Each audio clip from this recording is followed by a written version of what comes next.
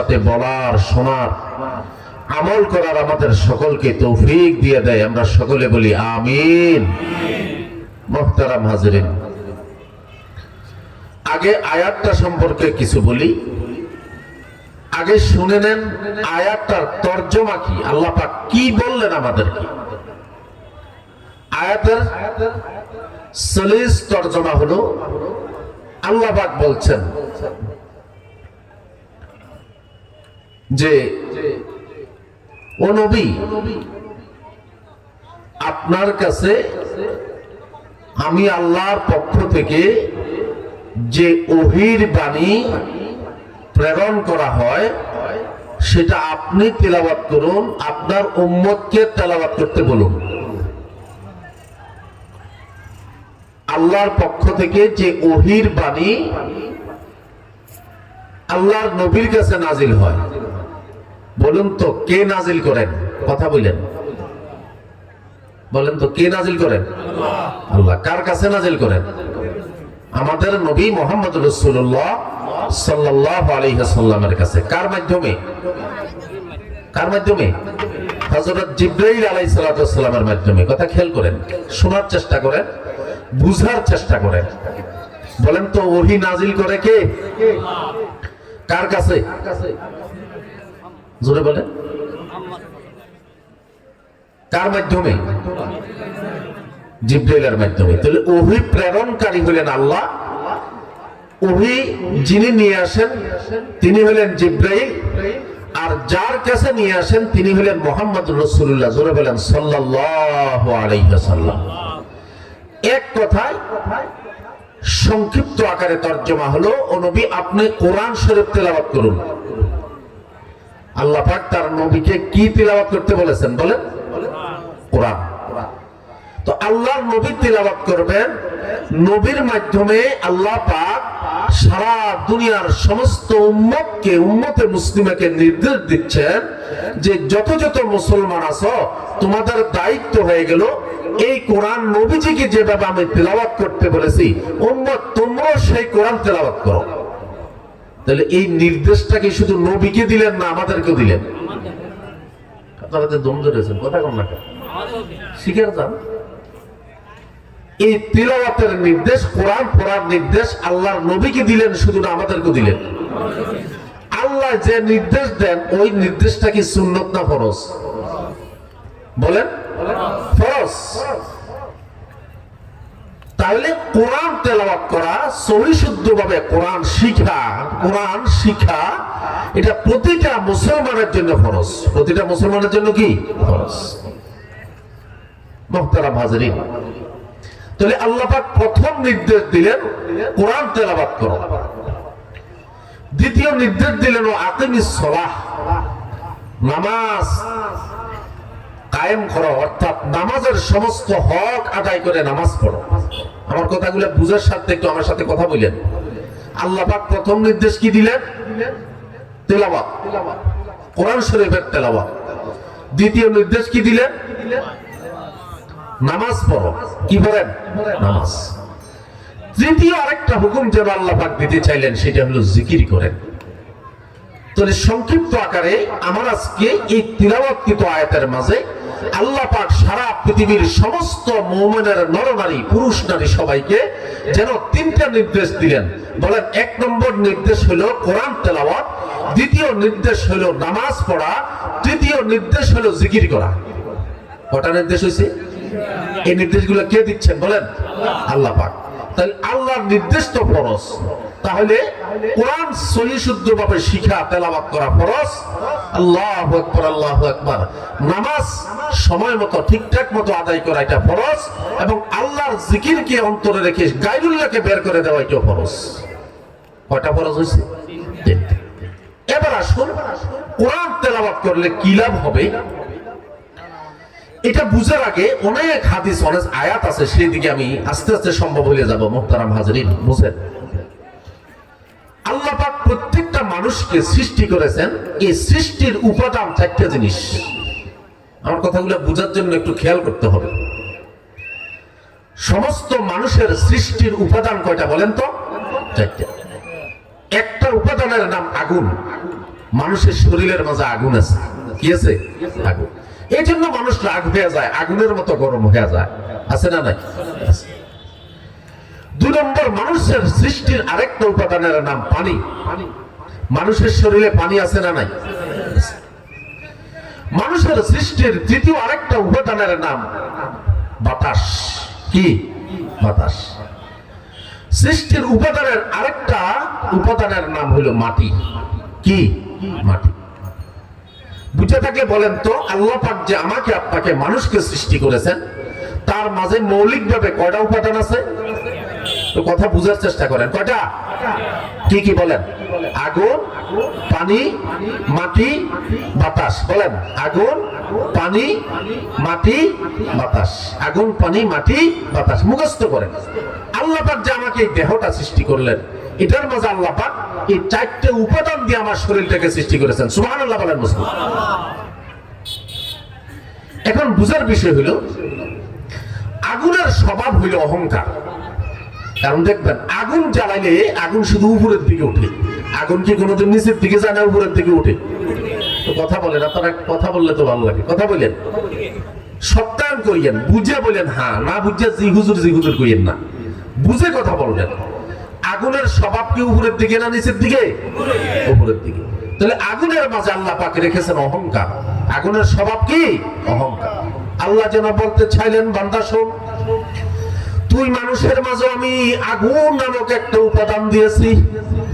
ওই আগুনের স্বভাব হলো অহংকার। সুতরাং তুই মানুষ হিসেবে তোর ভিতরে স্বাভাবিকভাবে অহংকার থাকবে, এটি স্বাভাবিক। তাহলে আল্লাহ পাক মানুষ যে সৃষ্টি করেছেন, সৃষ্টিগতভাবে তার মাঝে অহংকারের রোগ আছে। আসেনি? সিরিয়াল ভাবে কথাগুলো মুখস্থ করার চেষ্টা করেন। তাহলে আগুনের স্বভাব অহংকার। এই আগুনের উপাদান দিয়ে যেহেতু আল্লাহ পাক মানুষকে সৃষ্টি করেছেন, এই জন্য মানুষের মাঝে অহংকার আছে। কি আছে বলেন? অহংকার। অহংকার একটা মারাত্মক রোগ। এটার ঔষধটা কি আমি সংক্ষিপ্ত আকারে শুধু ওষুধগুলো বলে যাব। আজকে অহংকার দমনের কি পথ, সেই পথ সম্পর্কে আপনাদের সম্পর্কে একটু আলোচনা করি। আল্লাহ যেন এদিকে বলাইতেছে, এদিকে বলি। আল্লাহ যেদিকে বলা, মানুষের সৃষ্টির দ্বিতীয় উপাদানের নাম কি বলেন তো? দম ধরে রয়েছে কি? আমরা পানি। কথা বলেন না কেন? এই হুনেন রয়েছে অবহেলা, এখানেও অবহেলা করেন না, একটু বুঝার চেষ্টা করেন। মানুষ সৃষ্টির দ্বিতীয় উপাদানের নাম কি? জোরে বলেন। মানুষ সৃষ্টির তৃতীয় উপাদানের নাম কি? বাতাস, মাটি। চতুর্থ উপাদানের নাম কি? মাটি, বাতাস না? তাহলে আগুনের স্বভাব হলো অহংকার। তাহলে আগুনের মাঝে কি আছে বলে? অহংকার আছে। আর এই অহংকারের দিয়ে আল্লাহ যেহেতু, আগুন দিয়ে আল্লাহ যেহেতু মানুষকে সৃষ্টি করেছেন, এই জন্য মানুষের মধ্যে কি আছে? অহংকার আছে। এবার আসেন দ্বিতীয় উপাদানের নাম কি? পানি। পানির স্বভাব কি? পানির স্বভাব হলো লোভ। মনে রাখবেন, পানির স্বভাব কি? লোভ।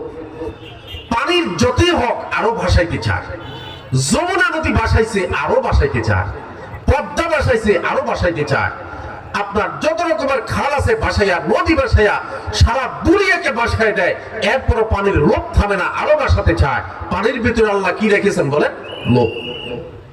তাহলে এই পানিও তো মানুষের সৃষ্টির একটা উপাদান। সুতরাং মানুষের মাঝে আরেকটা সমস্যা হলো, মানুষের ভিতরে লোভ আছে। বলেন কি আছে? লোভ আছে। তৃতীয় উপাদানের নাম বাতাস। সৃষ্টির তৃতীয় উপাদানের নাম কি? বাতাস। বাতাসের স্বভাব হলো, সে কেউ রে আল্লাহু আকবার মানুষে মনে করে না। বাতাস যখন আসে, হুজুরের ঘরেরও ভালায়, স্বাভাবিক ঘরেরও ভালায়, নেতার ঘরেরও ভালায়, কর্মীর ঘরেরও ভালায়। বাতাস যখন জোরে তুফান বয়ে যায়, তখন কের ঘর রক্ষা করে না, এটা কি নেতা না গায়ের নেতা, এই জিনিস চিন্তা করা বাতাসের টাইম নেই, সবাই দমনে হালায়। কথা ঠিক কিনা ভাইয়েরা আমার?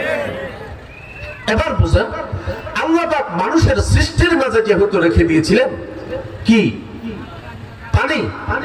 আর পানির স্বভাব হলো লোভ। এই জন্য মানুষের আরেকটা রোগের নাম লোভ। মানুষের প্রথম রোগের নাম অহংকার, অন্তরের। অন্তরের দ্বিতীয় রোগের নাম হলো, তোরা আমার দিকে চাও না, বুঝলে তো লাভ নাই ভাই। অন্তরের প্রথম রোগের নাম কি বলেন না? অহংকার।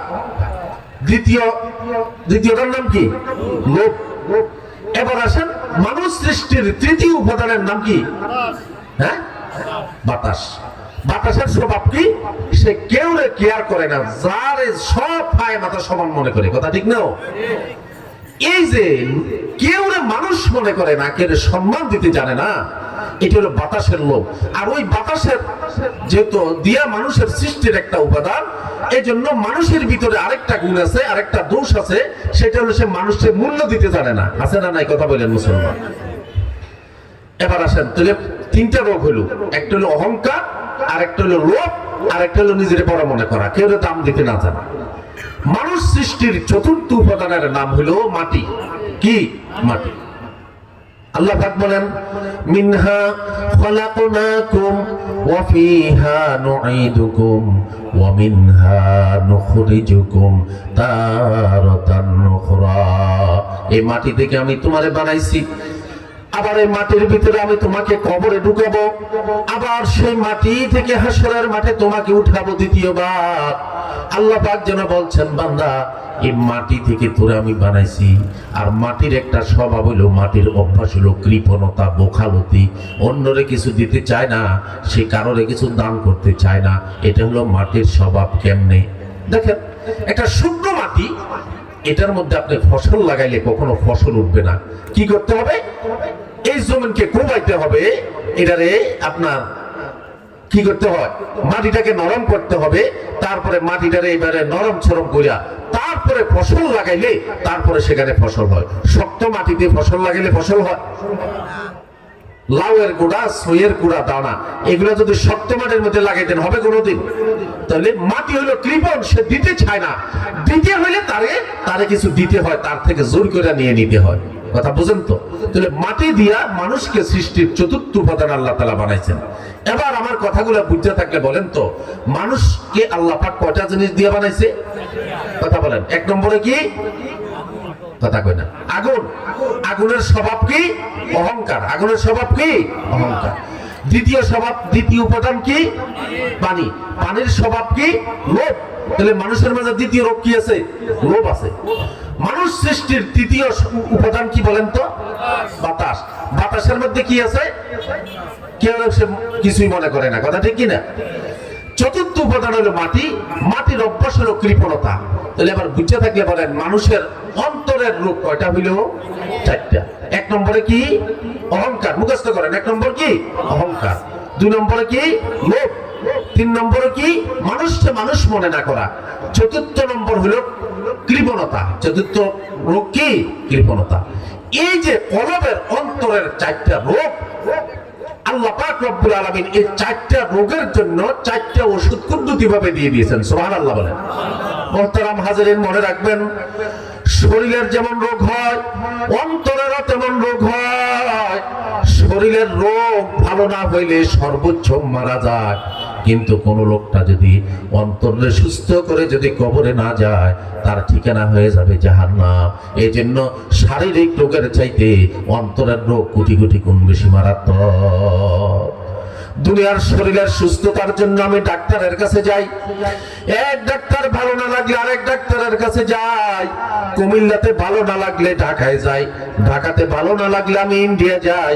ও মুসলমান, একটা ডাক্তারের সিরিয়ালের জন্য আমি ঘন্টা কি ঘন্টা অপেক্ষা করতে থাকি। শরীরের সুস্থতার জন্য আমি এত কষ্ট করি, তার পরিণতি সর্বোচ্চ মৃত্যু, এরপরে আর কোনো সমস্যা নাই। কিন্তু যদি অন্তরকে আমি শুদ্ধ করে কবরে না যাই, ও মুসলমান মনে রাখবা, মরার পরে জাহান্নামে যেতে হবে, আর ওই জাহান্নামটা বড় বিপদময় ঘাঁটি হবে মুসলমান। এই জন্য শরীরের সুস্থতার থেকেও অন্তরের সুস্থতার বেশি প্রয়োজন আছে। মুহতারাম হাজরিন, আজকে আমি শরীরকে সুস্থ করার জন্য একজন ডাক্তারের কাছে সিরিয়াল দেই, ঘন্টার পর ঘন্টা অপেক্ষা করে সেই ডাক্তারের কাছে আমি সিরিয়াল নেই। কিন্তু আমার অন্তর যে নষ্ট হয়ে গেছে, অন্তরের সুস্থতার জন্য আজও আমি কোনো ডাক্তারের কাছে যাই নাই, কোনো হক্কানি আলেমের কাছে যাই নাই, কোনো আল্লাহওয়ালার কাছে গিয়া আমি আমার অন্তরের শিকায়ত করি নাই যে আমার অন্তর তো নষ্ট হয়ে গেছে, আমার ভিতরে তো অহংকার আছে, আমার ভিতরে তো লোভ আছে, আমার ভিতরে তো কৃপণতা আছে, আমার ভিতরে তো অন্যকে মানুষই মনে করি না, এই রকমের রোগ আছে। এই চিকিৎসার জন্য আজও আমি কারো কাছে যাই নাই। কথা ঠিক কিনা ভাইয়েরা আমার? মুহতারাম হাজিরিন, কথাগুলো বুঝার চেষ্টা করুন। তাহলে বুঝে থাকলে বলেন তো, অন্তরের রোগ বেশি মারাত্মক না শরীরের রোগ বেশি মারাত্মক? একটু কথা বলেন না। আল্লাহ কোন জায়গায় জানি কথা কই, কথা বুঝতেছেন তো? অন্তরের রোগ বেশি মারাত্মক, অন্তরের রোগ বেশি মারাত্মক। কারণ অন্তরের রোগ নিয়ে যদি তওবা ছাড়া মারা যায় ঠিকানা জাহান্নাম, আর শরীরের রোগ নিয়ে যদি মারা যায় সর্বোচ্চ মৃত্যু, মরার পরে আল্লাহ যায় করে। তাহলে শারীরিক রোগের চাইতেও অন্তরের রোগ বেশি মারাত্মক। আমরা মৌলিকভাবে মোটামুটি ভাবে আলোচনা করলাম, অন্তরের কয়টা রোগ হইল ভাই বলেন? অন্তরের কয়টা রোগ হয়েছে? এখন এই 4টা রোগের চিকিৎসার জন্য আল্লাহ পাক কি চিকিৎসা, কি মেডিসিন আপনাকে আমাকে দিয়ে দিল, এটা এবার ভালো করে বুঝে রাখেন। মুহতারাম হাজিরিন, আমার সাথে কথা বলুন। অন্তরের প্রথম রোগের নাম কি? অহংকার। বলেন, অন্তরের প্রথম রোগের নাম কি? অহংকার। এখন অহংকারের ওষুধ আল্লাহ পাক রব্বুল আলামিন দিলেন নামাজ। বলেন, অহংকার রোগের ঔষধের নাম কি? সুতরাং কেউ যদি নামাজ না পড়ে সে অহংকারী। প্রকৃতপক্ষে সেই অহংকারে যে নামাজ পড়ে না, যে ব্যক্তি নামাজ আদায় করে না, সে যেন মনে মনে ভাবতে চায়, মালিক ও আল্লাহ, তুমি যে বলেছো নামাজ পড়তে, আমি নামাজ পড়তে পারবো না, পড়বো না, পারলে তুমি কিছু করো। নাউজুবিল্লাহ। তাহলে প্রকৃত অহংকার সে যে ব্যক্তি নামাজ আদায় করে না। এই কথা বুঝে আসছে তো ভাইরা আমার? আর অহংকারের ঠিকানা জাহান্নাম। অহংকারের ঠিকানা কি? জাহান্নাম। আল্লাহ পাক যেন বলতে চাইলেন, বান্দা শোনো, নামাজ পড়বা না, তুমি মানুষের সাথে যতই সুন্দর ব্যবহার করো, মানুষের সাথে খুব ভালোভাবে কথা বলো, দুনিয়ার সব তোমার ঠিক আছে, লেনদেন, চাল চলন, কথাবার্তা সব তোমার ঠিক আছে, তুমি মনে করো তুমি বড় বিনয়ী, তুমি বড় নম্র। আল্লাহ বলেন, বান্দা নয় নয় রে বান্দা, তুই যেহেতু নামাজ পড়স না, 5 ওয়াক্ত আমার হুকুম পালন করস না, এই জন্য আমি আল্লাহর ঘোষণা মতে পৃথিবীতে কোনো অহংকার যদি কেউ থেকে থাকে, সে হইল বেনামাজি, যেই লোকটা কোনোদিন নামাজ পড়ে না। বুঝা গেল, যারা নামাজ পড়ে না তারা বড় অহংকার। বলেন, যারা নামাজ পড়ে না তারা কি? এইটার দিকে চান কি? আমার দিকে চান? এই বড় অহংকারী কে বলেন তো? যে নামাজ পড়ে না। বলেন, কে? যে নামাজ পড়ে না। আর বড় বিনয়ী কে? যার নামাজ যত সুন্দর সে বড় বিনয়ী। সুবহানাল্লাহ। আল্লাহর দরবারে সবচেয়ে বড় বিনয়ী, আল্লাহর দরবারে সব চাইতে বড় নম্র, আল্লাহর কাছে সব চাইতে বড় নম্র বিনয়ী হলো ওই ব্যক্তি যে ব্যক্তির নামাজটুকু সুন্দর হয়। এখন প্রশ্ন হয়, নামাজ কেমনে সুন্দর হয়? ও মুসলমান, নামাজ সুন্দর হওয়ার তরিকা হইল আল্লাহর নবীর সুন্নত তরিকা, আল্লাহর নবীর বিধি বিধান অনুযায়ী 5 ওয়াক্ত নামাজ পড়লে নামাজ সুন্দর হয়। আল্লাহর নবীর সুন্নত। মুহতারাম হাজিরিন, হাকিমুল উম্মাত থানভী লিখেছেন, এক বড় বুজুর্গ, বিশাল এক বড় আল্লাহ এক বড় পীর সাহেবের কাছে মুরিদ হইতে গেছে। দেখেন, মুরিদ হওয়ার মুরিদ পীর সাহেব এত বেশি নামাজ পড়ছে জীবনে, নফল নামাজ, ফরজ তো পড়েছে, নফলও পড়েছে, এত বেশি নফল নামাজ পড়েছে, উনি যে আপনার সেজদা দিয়েছে টাইসের উপরে, আপনার ফ্লোরের উপরে, পাক্কা ফ্লোরের উপরে, এত বেশি সেজদা দিয়েছে যে সেজদা দিতে দিতে হাতের আঙ্গুলের চাপ দাগ আপনার ফ্লোরের মাঝে পড়ে গেছে। আল্লাহু আকবার, আল্লাহু আকবার। কত হাজার বার সেজদা দিলে পরে আপনার টাইসের উপরে দাগ লাগবে, কোনো হিসাব আছে? কথা কইয়েন, আমার কথাগুলো বুঝেন নি আপনারা? এখন সব সারা দেশে এই কথা প্রচার হয়ে গেছে। এত বড় বুজুর্গ, এত বড় বুজুর্গ, এত বড় আলেম, নফল নামাজ পড়তে পড়তে ফাক্কার মাঝে দাগ লাগাই এলাইছে। আরে বাপ রে বাপ, কত বড় নামাজি! ওই যিনি মুরিদ হইতে গেলেন, উনি চিন্তা করলেন, আমি ওনার কাছে মুরিদ হইতে যাব, বড় আমলি মানুষ, বড় বুজুর্গ মানুষ, কিন্তু উনি দেখার বিষয় হইল ওই বুজুর্গের নামাজটা সুন্নত তরিকায় হয় কিনা। কোন বুজুর্গ যদি বুজুর্গ দাবি করে, তার ভিতরে যদি নবীজির সুন্নত নাই, নবীজির তরিকা নাই, আল্লাহর কসম সে কখনোই বুজুর্গ নয়। যারা নবীজির সুন্নত যার ভিতরে যত বেশি হবে, ওই লোকটা তত বড় বুজুর্গ। তিনি মুরিদ হইতে গিয়া দেখলেন পীর সাহেব যে সিজদা দিছে, সিজদার জায়গার মাঝে যে আঙ্গুলের চাপটা পড়ে আছে, ওই আঙ্গুলগুলা ফাঁকা ফাঁকা। আল্লাহু আকবার, ফাঁকা ফাঁকা। অথচ নবীজির সুন্নত হইল সিজদার মাঝে গেলে হাতের আঙ্গুলগুলা মিলিত থাকবে, আপনার পুরের সাথে যতটুকু সম্ভব চাপ দিয়ে মিলাইয়া রাখতে হয়। কথা বুঝেন তো মুসলমান? সিজদার মাঝে সুন্নত তরিকা কি আঙ্গুলগুলো ফাঁকা ফাঁকা রাখা না মিলে রাখা? বলে মিলে রাখা। ওই আল্লাহর ওলি দেখলেন, চিন্তা করে যার কাছে মুরিদ হব তিনি নামাজ পড়তে পড়তে পাক্কার মাঝে দাগ লাগাই দিছে। বুজুর্গ তো ঠিক, কিন্তু তার এই বুজুর্গি নবীজির সুন্নত তরিকা মতে নয়। তার সিজদা হাতগুলা যখন জমিনে রেখেছে, দাগ যেখানে পড়েছে সেখানে দেখলাম আঙ্গুলগুলা নবীজির সুন্নত তরিকায় মিলানো নয়, ফাঁকা ফাঁকা। উনি ফিরে চলে আসলেন। উনি ফিরে আসার পরে লোকেরা জিজ্ঞাসা করে, হযরত এত বড় বুজুর্গের দরবারে আপনি গিয়া মুরিদ হইলেন না, কারণটা কোথায়? তিনি বললেন, ভাই এটা আমার ব্যাপার, মুরিদ হই নাই, কিন্তু আসল ব্যাপার হইল আমি দেখছি যার কাছে মুরিদ হব তার ভিতরে নবীজির সুন্নত আছে কিনা। উনি যত বেশি নামাজ পড়ুক না কেন, নামাজের মাঝে যে হাত লাগাইছে আঙ্গুল যে তার প্রোরের মাঝে লেগেছে, আমি লক্ষ্য করে দেখেছি আঙ্গুলগুলা সিজদার মাঝে নবীজির সুন্নত তরিকায় নাই। এই জন্য আমি তার সাথে মুরিদ না হইয়া চলে এসেছি।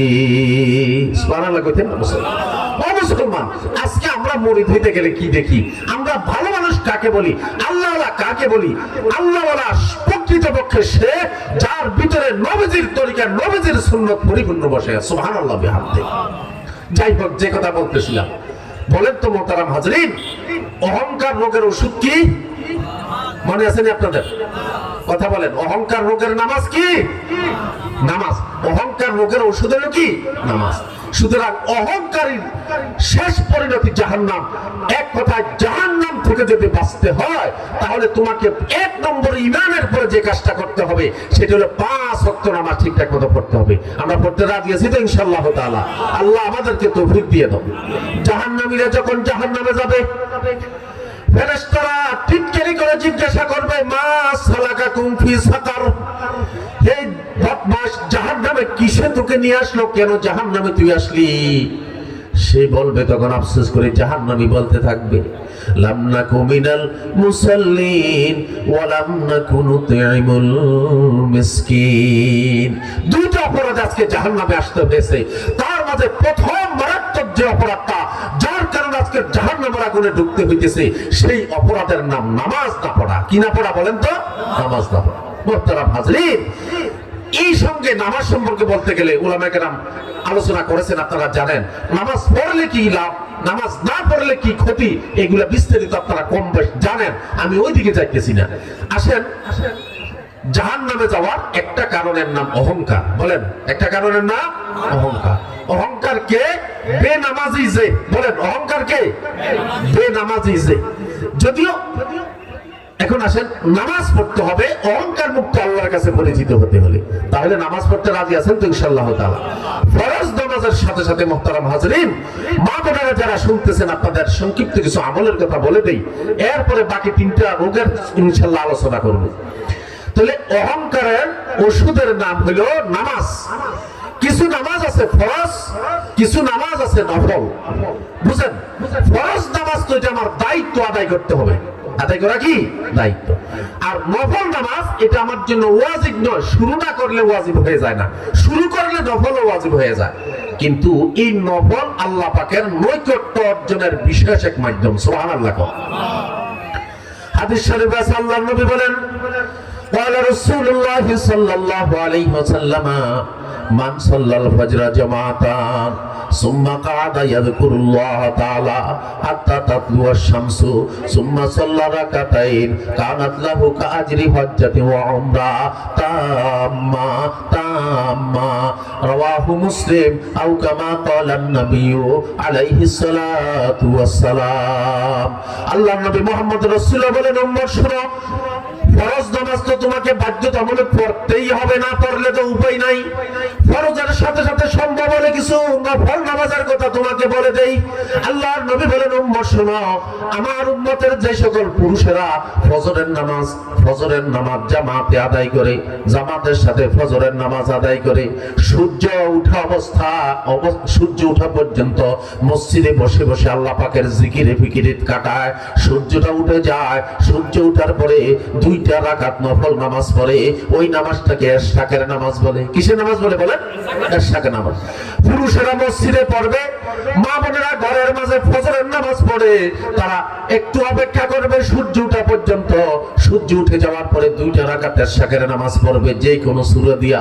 আল্লাহর নবী মুহাম্মদ রাসূলুল্লাহ বলেন, ও আমার উম্মতের পুরুষেরা নারীরা ফজরের নামাজ পড়ে সূর্য ওঠা পর্যন্ত অপেক্ষা করে জিকির ফিকির করে সূর্য উঠে যাওয়ার পরে 2 রাকাত নামাজ তুমি পড়লা। এই 2 রাকাত যদিও নফল নামাজের শাকদার নাম, আল্লাহর নবী মুহাম্মদ রাসূলুল্লাহ বলেন, এই যে 2 রাকাত এশাকের নামাজ পড়লা, আল্লাহ পাক তার বিনিময়ে তোমার আমলনামায় পূর্ণ একটি হজ, পূর্ণ একটি উমরা, 2টির সওয়াব একসাথে তোমার আমলনামায় দিয়ে দেয়। মকর সুসতে নামাজে পাঁচ গানা ফাওয়াইলুল লিল মুসাল্লিন আল্লাযিনা। এজন্য মুহতারাম হাজিরিন, ওয়াজ তো শুনবেন, শুনছেন, আজকে কিছু আমল মাইকের আওয়াজ যতটুকু দূরে যায় অনুরোধ করব কথাগুলা খেয়াল করে শুনেন। ফরজ নামাজের পরে একটা নফল নামাজের নাম হলো এশাকের নামাজ। কিসের নামাজ বলেন তো? এশাকের নামাজ। এটা কখন পড়তে হয়? ফজরের নামাজ পড়ে আপনি সূর্য উঠে যাওয়ার পরে পড়বেন। হযরত ফাতেমা রাদিয়াল্লাহু তাআলা আনহা, আল্লাহর নবীর মেয়ে, কলিজার টুকরা, নাম শুনছেন না আপনারা? হাদিস শরীফ আছে, আবু দাউদ শরীফের হাদিস। আল্লাহর নবী হযরত ফাতেমাকে, নিজের কলিজার টুকরা মেয়েকে দেখলে নিজ আসন থেকে দাঁড়িয়ে যাইতেন। সুবহানাল্লাহ মুসলমান। আর ফাতেমা আল্লাহর নবীকে দেখলেন নিজ আসন থেকে দাঁড়িয়ে গিয়ে তাকে স্থান করে দিতেন। প্রিয় নবীর প্রিয় কলিজার টুকরা হযরত ফাতেমাতুজ জাহরা রাদিয়াল্লাহু তাআলা আনহা, তার অভ্যাস ছিল তিনি ফজরের নামাজ পড়ে এশাকের নামাজ না পড়ে কোনোদিন মুসল্লা থেকে উঠতেন না। একবারের ঘটনা, লম্বা ঘটনা। হযরত ফাতেমাতুজ জাহরা রাদিয়াল্লাহু তাআলা আনহা তার অভ্যাস মতে তিনি এশাকের নামাজ না পড়ে মুসল্লা থেকে উঠলেন না। কিন্তু একদিনের ঘটনা হইল কি, হযরত আলী রাদিয়াল্লাহু তাআলা আনহু, ফাতেমার স্বামী, তিনি মসজিদে নববীতে গিয়ে ফজরের নামাজ পড়ে ইশরাকের নামাজ পড়ে তারপরে বাসায় ফিরেন। আর হযরত ফাতেমা মুসল্লা থেকে ইশরাকের নামাজ পড়ে তারপরে ওঠেন। কথা বুঝতেছেন তো ভাইরা আমার? একদিন ঘটনা হইল কি, আলী রাদিয়াল্লাহু তাআলা আনহু মসজিদ থেকে আসলেন, কিন্তু আজকে দেখলেন হযরত ফাতেমা রাদিয়াল্লাহু তাআলা আনহা তিনি মুসল্লাতে নাই, তিনি রান্নাঘরে গিয়ে রান্না করতেছেন। হযরত হাসান হোসেন কলিজার টুকরা 2টা সন্তানের কাপড় চোপড়গুলা ধুইতেছেন। ঘরের মাঝে যতগুলো আটা ছিল সমস্ত আটাগুলাকে কাই বানাইয়া রুটি বানানোর প্রস্তুতি নিতেছেন। হযরত আলী রাদিয়াল্লাহু তাআলা আনহু ফাতেমাকে গিয়ে জিজ্ঞাসা করলেন, ফাতেমা, কারণ কি? তোমাকে তো জীবনে দেখি নাই এশাকের নামাজ না পড়ে তুমি রান্নার ঘরে চলে যাও, রান্নায় চলে যাও, এমন তো কোনোদিন দেখি নাই, আজকে কেন তুমি অভ্যাসের বিপরীত কাজ করলা? হযরত ফাতেমাতুজ জাহরা রাদিয়াল্লাহু তাআলা আনহা তখন ছিলেন আবার অসুস্থ, শরীরে খুব জ্বর ছিল, আবার ছিল পবিত্র রমজান মাস। হযরত ফাতেমাতুজ জাহরা রাদিয়াল্লাহু আনহা হযরত আলীকে লক্ষ্য করে বলতেছেন, ওগো প্রাণের স্বামী, একটা কারণে আজকে আমার এই কাজ হয়েছে। আজকে এশাকের মুসল্লা থেকে আপনার আগে আগে উঠে আমি রান্নাঘরে চলে এসেছি, হাসান হুসাইনের সমস্ত কাপড়গুলা ধৌত করার জন্য নিয়ে এসেছি, ঘরের মাঝে যতগুলো আটা ছিল রুটি বানানোর জন্য প্রস্তুতি নিতেছি। আলী বলতেছেন, সে কারণটা কোথায় আমাকে খুলে বলো। হযরত ফাতেমাতুজ জাহরা বলতেছেন, আলী, গত রাত্রে ফজরের আগে দিয়া আমি ফাতেমা ঘুমিয়ে আছি, স্বপ্ন যুগে যেন আমার ঘরে বিশ্বনবী হযরত মুহাম্মদুর রাসূলুল্লাহ সাল্লাল্লাহু আলাইহি ওয়াসাল্লাম আমার আব্বা জান আসছেন, আয়েশা কাকে জানি খুঁজতেছেন। আমি স্বপ্ন যুগে জিজ্ঞাসা করলাম, আব্বু, কাকে আপনি খুঁজতেছেন? আল্লাহর নবী বলতেছেন, ফাতেমা, তোমাকেই খুঁজতেছি। ফাতেমা বললেন, আব্বু, কেন আমাকে খুঁজতেছেন, কি জন্য? আল্লাহর নবী আব্বু আমাকে বলে গেলেন, ফাতেমা, তোমাকে একটা সুসংবাদ দিয়ে যেতে চাই। সেটা হলো, ফাতেমা রে, গতকালকে তুমি যখন সেহরি খেয়েছিলা রোজা রাখার জন্য, গত রাত্রের সেহরি খেয়েছিলা তোমার স্বামী হযরত আলীর সাথে, কিন্তু আমি খুশখবর দিতে চাই, সুসংবাদ দিতে চাই, আজকে রোজার ইফতারি হবে আল্লাহর জান্নাতে, আমি নবী মুহাম্মদ রাসূলুল্লাহর সাথে বেহেশতের মাঝে। কি বুঝতে পারলেন? কি বুঝতে পারলেন? বুঝার ব্যাপার হলো, আল্লাহর নবী যেন ইঙ্গিত দিলেন, ফাতেমা, বেহেশতে তোমার ইফতার হবে, মানে তোমার আর দুনিয়াতে থাকা হবে না, ইফতারের আগে আগে আজকেই তুমি দুনিয়া থেকে বিদায় হয়ে যাবে। সুবহানাল্লাহ। হযরত ফাতেমার 2 চোখের পানি ঝরে। আলীকে বলতেছেন, প্রাণের স্বামী আলী, আল্লাহর নবী যেন আমাকে সুসংবাদ দিয়ে গেলেন, সেটা হলো, ফাতেমা, আলীর সাথে তোমার সেহরি হয়েছে, আমার সাথে বেহেশতে ইফতার হবে। তার মানে কি? আগে আজকের ইফতারের আগে আগে তুমি এই তোমার এই কলিজার টুকরা সন্তান হাসান হোসাইন হযরত আলী তোমার সংসারের সবকিছু ছেড়ে এই দুনিয়া ছেড়ে তোমাকে আল্লাহর জান্নাতে চলে যেতে হবে, অন্তত তুমি ইন্তেকাল করবা। হযরত ফাতেমা বলেন, আলী যে মুহূর্তে আল্লাহর নবী আমাকে এই সুসংবাদ দিলেন